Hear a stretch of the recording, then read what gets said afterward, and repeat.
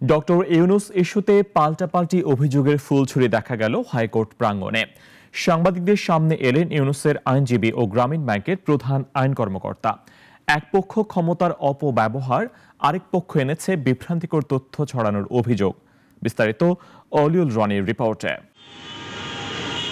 অবসরের ১৩ বছর পর নোবেলজয়ী অর্থনীতিবিদ ডক্টর মোহাম্মদ ইউনূসের বিরুদ্ধে শত শত কোটি টাকা লোপাটের অভিযোগ গ্রামীণ ব্যাংকের। দুদকের মামলায় বলা হচ্ছে, গ্রামীণ ব্যাংক টেলিকমের কর্মচারীদের অর্থ আত্মসাৎ করা হয়েছে। গতকাল মামলাটির অভিযোগ গঠনের শুনানি শেষে গ্রামীণ ব্যাংকের বিরুদ্ধে নানান অভিযোগ তুলে ধরেন ইউনূস ও তার আইনজীবী। তার জবাব দিতে সকালে হাইকোর্ট প্রাঙ্গণে সংবাদ সম্মেলনে এলেন গ্রামীণ ব্যাংকের প্রধান আইন কর্মকর্তা।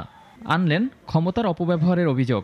যে প্রতিষ্ঠানটির মালিককে ডক্টর মোহাম্মদ ইউনূস এবং তার পিতা এবং তার ভাইরা, এই প্রতিষ্ঠানটিকে ব্যাংক্রাপসি অর্থাৎ দেউলিয়া হওয়ার হাত থেকে বাঁচানোর জন্য গ্রামীণ ব্যাংকের অধ্যাদেশ ভঙ্গ করে ডক্টর মোহাম্মদ ইউনূস নিজে এই ব্যাংকটিকে লোন দিলেন।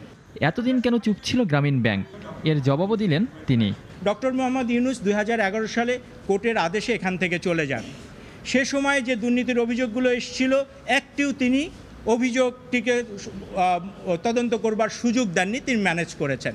এবার পাল্টা ব্রিফিংয়ে ডক্টর ইউনূসের আইনজীবী বললেন, ঘটে চলছে হাস্যকর সব ঘটনা। ব্যবস্থাপনা পরিচালক হয়ে গেছেন, ভাত খাবার টাকা ছিল না, চাকুরি ছিল না, আজকে তারা বলেন ডক্টর ইউনূসের বদনাম, এবং বলতে গিয়ে বলেন যে বাবার আগেই নাকি তার জন্ম হয়েছে। এই এক অদ্ভুত কথা বললেন। গত ২৬শে মে ডক্টর ইউনূসের বিরুদ্ধে প্যাকেজেস কর্পোরেশন লিমিটেডকে ৯.৫ কোটি টাকা ঋণ দেয়া ও ঋণ মওকুফের অভিযোগ করে গ্রামীণ ব্যাংক পরিচালনা পর্ষদ। অলিউল রনি, নাগরিক, ঢাকা। একমাত্র ওয়ালটন এসি দিচ্ছে ১ বছরের রিপ্লেসমেন্ট গ্যারান্টি।